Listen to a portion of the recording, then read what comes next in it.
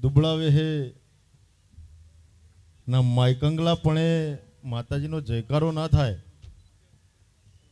જય ભવાની, જય જય ભવાની. ક્ષત્રિય એકતા શૌર્ય સંમેલન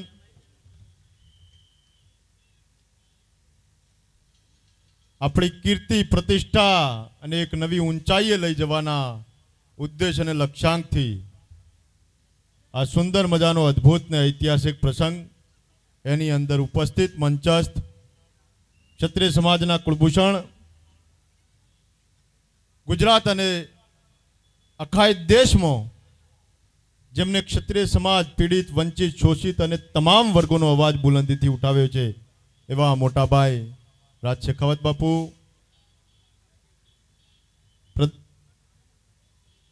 કલ્યાણસિંહજી અને આ વિસ્તારનું ઘરેણું કહી શકાય જેમને રાજ્યસભા ગુજરાતમાં રાજ્ય સરકારમાં પ્રતિનિધિત્વ કર્યું છે અને ખૂબ મિતભાષી એવા આ વિસ્તારના ધારાસભ્યશ્રી અને મંત્રીશ્રી ગજેન્દ્રસિંહજી, જયસિંહભાઈ,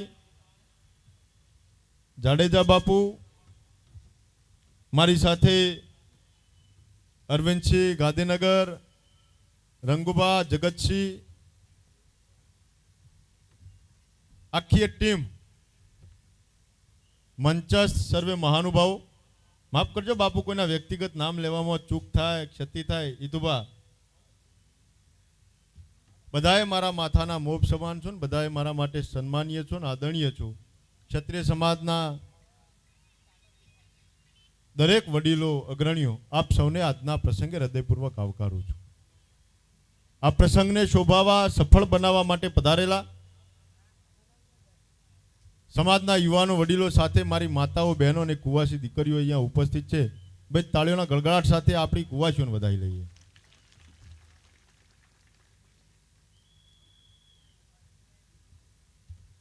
આપણા વચ્ચેથી વિક્રમભાઈએ રજા લીધી. વિક્રમભાઈએ ખૂબ સામાજિક લાગણીસભર વાત કરી અને હવે જે વક્તાઓ આવશે એ બધાએ વાત મૂકશે, પણ એન્કરે શરૂઆત કરી અને વાત કરી પાટણના જિલ્લિયા પ્રકરણની. હવે આ બધા સોશિયલ મીડિયાથી જોયું છે, ઇલેક્ટ્રોનિક મીડિયા, પ્રિન્ટિંગ મીડિયા, આખો ઘટનાક્રમ પાટણનો તમે જોયો એમાં ક્ષત્રિય સમાજના 18 દીકરાઓ એમના રિકન્સ્ટ્રક્શનના નામે જે વરઘોડું નીકળ્યું અને જે ગુજરાતમાં ભયજનક વાતાવરણનું સર્જન થયું અને અમારા વિસ્તારમાં તો જાણે શોકનું મોજું પ્રસરાયું હોય એવી પરિસ્થિતિ હતી. પણ સમાજના આગેવાન તરીકે મારું કર્તવ્ય છે ને જ્યારે સમાજનું નેતૃત્વ કરતા હોઈએ ત્યારે અન્યાય, અવગણના અને અત્યાચાર, જુલમ સામે જો અવાજ ના ઉઠાવીએ તો સામાજિક નેતૃત્વ કરવાના હક અને અધિકાર રહેતા નથી. અને મેં ક્ષત્રિયના દીકરા તરીકે જ્યારે ક્ષત્રિય ઉપર જો જુલમ થાય અને જો ને પડકારીએ ના તો જણનારીનું ધાવણ લાજે. અને એ જ પંક્તિને સાકાર અને ચરિતાર્થ કરવા માટે અવાજ ઉઠાવ્યો. અવાજ ઉઠાવવા પાછળનો હેતુને આશય કે ઉદ્દેશ એવો નહીં કે કોઈ સમાજ સામેની અમારી લડાઈ હતી. અવાજ ઉઠાવવા સામે એવો આશય જરા પણ ન હતો કે પોલીસ તંત્ર સામેની લડાઈ છે. અને અવાજ ઉઠાવવા પાછળનો હેતુ એવો પણ નહોતો કે ગુજરાત સરકાર સામેની અમારી લડાઈ છે. અવાજ ઉઠાવવા માટેનો એકમાત્ર ઉદ્દેશ કે રિકન્સ્ટ્રક્શનના નામે ગુજરાતની અંદર વરઘોડા કાઢવાની એક નવી પરંપરાનો જે પ્રારંભ થયો છે અને એના થકી તમે ગુજરાતમાં 6 વારે એક સમાજને ટાર્ગેટ કરવાના જે તમારી મેલી મુરાદો અને માનસિકતાઓ છે એને જડબાતોડ જવાબ આપવા માટેનો અવાજ ઉઠાવ્યો હતો. જો રિકન્સ્ટ્રક્શનો જ કરવા હોય, વરઘોડા જ કાઢવા હોય તો ગુજરાતમાં ડગલે ને પગલે એવા જઘન્ય અપરાધો થયા છે. એમાં તમે તમારી આ વીરતા અને આ બહાદુરીનું પ્રદર્શન કેમ ના કર્યું એના માટે પ્રશ્નાર્થ કરવા માટે અવાજ ઉઠાવ્યો તો ભાઈ. અને ક્ષત્રિય સમાજે ઠેર ઠેર સંમેલનો થકી, આવી સભાઓના થકી એક સંકલ્પ અને નિર્ણય લેવો પડશે. ક્યાં સુધી પીસાવાનું, ક્યાં સુધી આપણે આપણા અસ્તિત્વ માટે લડતા રહેવાનું, ક્યાં સુધી આ પરિસ્થિતિમાં ઝઝૂમતા રહીશું, ક્યાં સુધી આ સંઘર્ષોના ગાણા ગાતા રહીશું. આજે આખા ગુજરાતમાં ક્ષત્રિય સમાજનો ઠાકોર અને દરબાર અલગ અલગ વાળાની અંદર વિભાજિત, જે બાપુ ખરેખર તો મામા ભાણેજના સંબંધ છે. અને ગુજરાતના પૂર્વ મુખ્યમંત્રી શ્રી આદરણીય શંકરસિંહજી બાપુના શબ્દો કહું તો, બાદશાહનું હગું પેજારાના ઘેર અને રાજાનું હગું ભીલના ઘેર. આપણે ક્ષત્રિયના દીકરા કોઈ કોઈનાથી ઊંચા નથી, કોઈ કોઈનાથી નીચા નથી, કોઈ કોઈનાથી મોટા નથી, કોઈ કોઈનાથી નાના નથી. ક્ષત્રિય ક્ષત્રિય ભાઈ ભાઈ છે. અને આ વિચારધારાને જો ગુજરાતમાં વેગવંતી કરીશું તો આવનારા સમયની અંદર ગુજરાતની અંદર આધિપત્ય તમારા બાપનું હશે. ક્ષત્રિયનો દીકરો ક્યારેક જ્ઞાતિવાદી ના હોય, જાતિવાદી ના હોય, કોઈને રંજાડવા, કોઈને હેરાન પરેશાન કરવા એ વૃત્તિ અને સંસ્કાર આપણો ના હોય. આપણે એ શુરવીર રણબંકા ભાથીજી મહારાજના વંશજે છીએ કે જેને વાવડ મળતા હોય કે તારા સીમાડાની અંદર ગૌ માતાની કટલે આમ થઈ રહ્યું હોય. અને એ મારો શુરવીર ભાથીજી મહારાજ લગ્ન મંડપની અંદર વરમાળા તોડી અને યુદ્ધ ભૂમિની અંદર પ્રયાણ કરતો હોય, ગોળે પલાણ નાખી, અને જેના ધળ પરથી મસ્તક વઢાતા હોય, 3.5 દિવસ સુધી ધળ લડતા હોય, એ શુરવીર ભાથીજીના વંશજો છીએ. અમે જ્ઞાતિવાદ, જાતિવાદ કે કોમવાદ ક્યારે કર્યો જ નથી. ગુજરાતની 18 વરણની રક્ષા કરવાની જવાબદારી અમારી છે.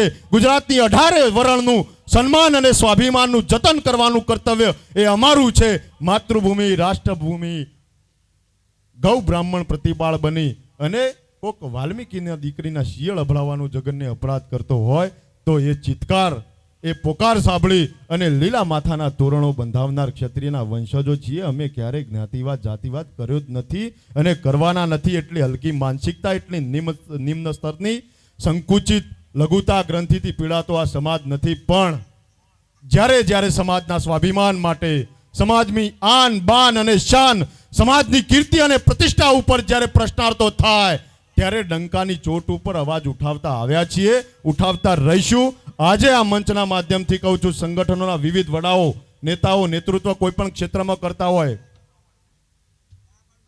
આવનારા સમયની અંદર જો ઈચ્છતા હોય કે ક્ષત્રિય સમાજનું સામાજિક ક્ષેત્રે, શૈક્ષણિક ક્ષેત્રે, આર્થિક ક્ષેત્રે, રાજકીય ક્ષેત્રે સર્વાંગી વિકાસ થાય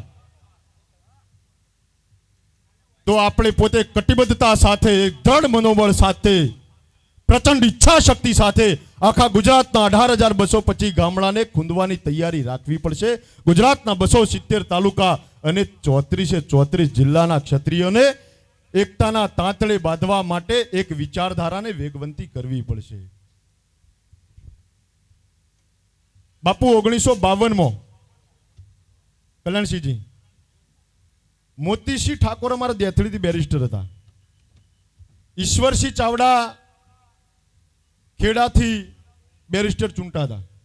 એ વખતે ગુજરાત રાજ્ય નહોતું. સૌરાષ્ટ્ર અને કચ્છ અલગ રાજ્ય, ઉછંગરાય ટેબલની ત્યાંની સરકાર, અને ગુજરાત એ બોમ્બે બૃહદ રાજ્ય તરીકે ગણાતું. અને એ વખતે બેરિસ્ટરો ચૂંટા હતા.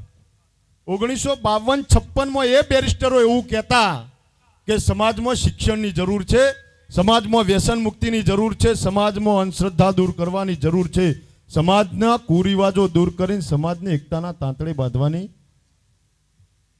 જરૂરિયાત છે. 1972-1982 માધવસિંહ સોલંકી અને ભાઉભાની સરકારમાં આ જ રાજકીય મહાનુભાવો કહેતા સમાજમાં શિક્ષણની, વ્યસન મુક્તિ, અંધશ્રદ્ધા, કુરિવાજો દૂર કરવાની જરૂર છે. 1992માં એ ચાહે શંકરસિંહજી બાપુ હોય, દોલતરામ બાપુ હોય, 1997માં, 2002માં પુંજાજી ઠાકોર સાંસદ ચૂંટાયા, 2009માં જગદીશભાઈ કે નટુજી અલાજી રાજ્યસભાના સાંસદ થયા, 2014માં ભરતસિંહજી ડાભી અને હાલના આપણા દીપસિંહજી હોય કે અહીંના લોકલ સંસદ સભ્યો, ધારાસભ્યો હોય. હાલે 2026માં ગજેન્દ્રસિંહ બાપુ ને અભિજીત ને દીપસિંહ ને ભાઈ કલ્યાણસિંહ શેખાવતજી બાપુ 2026માં વાત તો એ જ કર્યું સમાજમાં શિક્ષણની વ્યસન મુક્તિ, અંધશ્રદ્ધા, કુરિવાજો દૂર કરવાની જરૂર, સમાજને સંગઠિત કરવાની જરૂર છે. બાપુ 70 વર્ષમાં ભાષણ નહીં બદલાયું. આ સમાજનું 70 વર્ષની અંદર ભાષણના શબ્દો નથી બદલી શકે આપણે. આનાથી મોટી કરુણતા અને આનાથી મોટી નગ્ન વાસ્તવિકતા કઈ હોઈ શકે? તો જવાબદાર કોણ? ક્યાં સુધી આ ભાષણો કરવાના? ક્યાં સુધી તમે ભાષણો કરી અમે કરીશું ને તમે તાળીઓ પાડશો? ક્યાં સુધી ખોટી ખુશામતો અને પોતાને ખોટા સ્વાપ્ન સૃષ્ટિમાં રાખશો? આપણે તો એ સુવર્ણ દિવસો જોવા છે કે ગુજરાતની અંદર કલેક્ટર મારી દીકરી બની હોય, ગુજરાતની અંદર આઈપીએસ કે રિવોલ્વર લગાવીને અહીંયા મંચ ઉપર એસપી તરીકે મારા સમાજની દીકરી એ મંચને શોભાવતી હોય, એવા સુવર્ણ દિવસે હવે જોવા છે કે નહીં ભાઈ? તો એના માટે ચોક્કસ રોડમેપ સાથે પદ્ધતિસર અને સંવિધાનિક રીતે જે શૈલી, જે થિયરી, જે રણનીતિ, જે ફોર્મ્યુલા પ્રમાણે લડાઈ લડી શકાય એ લડવાની તૈયારી હોવી જોઈએ. સમાજ પર મંચો પર મહેમાનો આવવાના જવાના, હાર તોળા, સ્વાગત સન્માન, આ બધો ગૌણ વિષય, એના માટે આવતા જ નથી. અને અમે આ બધી પરંપરાથી હવે બહુ દૂર થઈ ગયા. અમે બધાએ મન મનાવી લીધેલા કે માત્ર સ્વાગત સન્માન, આગતા સ્વાગતા એ નહીં, પરિણામ જોઈએ છે. અને પરિણામ એટલે શું? આજે હમખાવા ગુજરાતમાં એક કેબિનેટ નહીં લે તમારા જોડે. કઈ બહાદુરીની, કઈ શુરવીરતાની, કઈ વીરતાઓની વાતો કરો તમે? ક્યાં સુધી મહારાણા પ્રતાપ, શિવાજી મહારાજ, પૃથ્વીરાજ ચૌહાણને વાગોળતા રહેશો? ઇતિહાસની વાત કરીએ તો આજે જૈન સમાજ જેની પૂજા અર્ચના કરતો હોય, 24 તીર્થંકર ક્ષત્રિય સમાજના થઈ ગયા. આજે આ દેશનું નામ પડ્યું એ ભરતખંડના રાજવીનું લોહી, એનો કુળ, એનો વંશજ, એટલે આ ક્ષત્રિય. પણ આજે પરિસ્થિતિ શું છે એના માટે પણ મંથન કરવાની જરૂરિયાત છે. આજે લોકસભાની અંદર, વિધાનસભાની અંદર, હું કોઈ પક્ષાપક્ષીની બાપુ બેઠા ગજેન્દ્રસિંહજી, બાપુ ભારતીય જનતા પાર્ટીથી કોઈ આપણને નબળશેઠ નહીં, કોંગ્રેસથી નહીં, આપણે કઈ લેણા દેણા નહીં હાલ. પણ વાત એ છે કે મને ભારતીય જનતા પાર્ટી કોંગ્રેસની કુખે અવતાર નથી લીધો, ક્ષત્રિયોની કુખે અવતાર લીધો ને ધાવણનું ઋણ ચૂકવવા માટે આ સમાજના યુવાનોને આહવાન કરું. પાર્ટીઓ કોઈ પણ હોય, સમાજના હક અધિકાર માટે લડતા શીખો, બોલતા શીખો. એક બાજુ આપણા 30 ને 50 દીકરાઓ પર 307 જેવી ગંભીર કલમો દાખલ થાય અને જેલના સળિયા ગણતા થઈ જાય, અને સામે રાયોટિંગના પણ ગુના ના દાખલ થાય, એવા બેવડા ધોરણો ક્યાં સુધી ચલાવી લેશો? આમ નેતૃત્વ ખાડે ગયું. આ નેતૃત્વ માઈકાંગલાપણું, એના સામે હુંકાર કરતા શીખો. છાસવારે ડગલે પગલે ગુજરાતના તમામ તાલુકા મથકે, તમામ જિલ્લા મથકે ક્ષત્રિય સમાજ સાથે જ અન્યાય કેમ? આ સમાજી જ અન્યાય કેમ? આ સમાજની જ ઉપેક્ષા કેમ? શા માટે આ પરિસ્થિતિ થઈ? અને જાણે આવેદન પત્ર શબ્દ તો આપણા સમાજ માટે જ બન્યો હોય એમ. જે સમાજ આવેદન પત્ર આપતો હોય એનો મતલબ તંત્રમાં હિતુભાઈ એનું ઉપજતું નથી.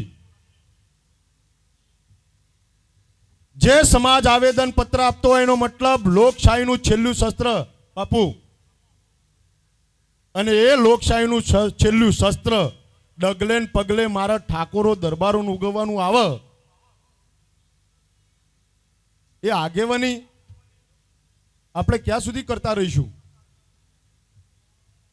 એટલે વિનંતીને અપીલ કરું છું, હજી આવનારા સમયની અંદર કપરો કાળ આવે, આવનારા સમયની અંદર આ સમાજની સ્થિતિ એકદમ દયનીય થઈ જાય અને યાચના કરતા થઈ જઈએ, એના પહેલા જાગજો, એકતાના તાંતળે જોડાવજો. મતભેદો ગમે તેટલા હોય પણ મનભેદોમાં પરિવર્તિત ના થાય.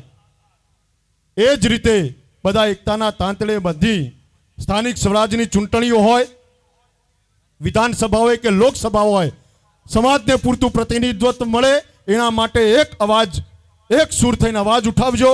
અને જ્યાં પ્રતિનિધિત્વ મળે, કોઈ પણ જગ્યાએ મળે, ત્યાં આપણા સમાજનો વિજય ગલાલ થઈ જાય એવી એકતા બતાવજો. સાથે સરપંચોની સાથે સાથે આપણા દીકરા તલાટી બને, ડેલિગેટોની સાથે સાથે આપણા દીકરા કે દીકરીઓ ડોક્ટરો બને, ધારાસભ્યોની સાથે સાથે આપણા દીકરા દીકરીઓ સેશન કોર્ટ, હાઈકોર્ટ અને સુપ્રીમ કોર્ટના ઉચ્ચ કક્ષાના ધારાશાસ્ત્રી બને, સંસદ સભ્યોની સાથે સાથે આપણા દીકરા દીકરી પણ કલેક્ટર, આઈપીએસ અને ક્લાસ 1 ને ક્લાસ 2 ઓફિસર બને. ભારતીય જનતા પાર્ટી, કોંગ્રેસ અને અન્ય રાજકીય પક્ષોના હોદ્દેદારની સાથે સાથે આપણા દીકરા દીકરી પણ ગુજરાત સરકાર અને કેન્દ્ર સરકારના ઉચ્ચ પદાધિકારી બને. એ દિશામાં આપણે મહેનત કરીએ, એ દિશામાં આપણે લાગીએ. એ જ અપીલ સાથે આ ગામે મને બોલાવી, આમંત્રિત કરી, સન્માન કર્યું અને બેને પણ અનેક શબ્દો બોલવાની તક પૂરી પાડી. એ માટે આપ સૌનો હૃદયપૂર્વક આભાર વ્યક્ત કરું છું. અમારા વડનગરમાં રામનવમી નિમિત્તે બાપુ કાર્યક્રમ છે અને વતનમાં એટલે વિસ્તારમાં હાજરી આપવાની હોવાથી આપ સૌની ક્ષમા માગી અને આપનો હૃદયપૂર્વક આભાર મેં રજા લઈએ. આભાર.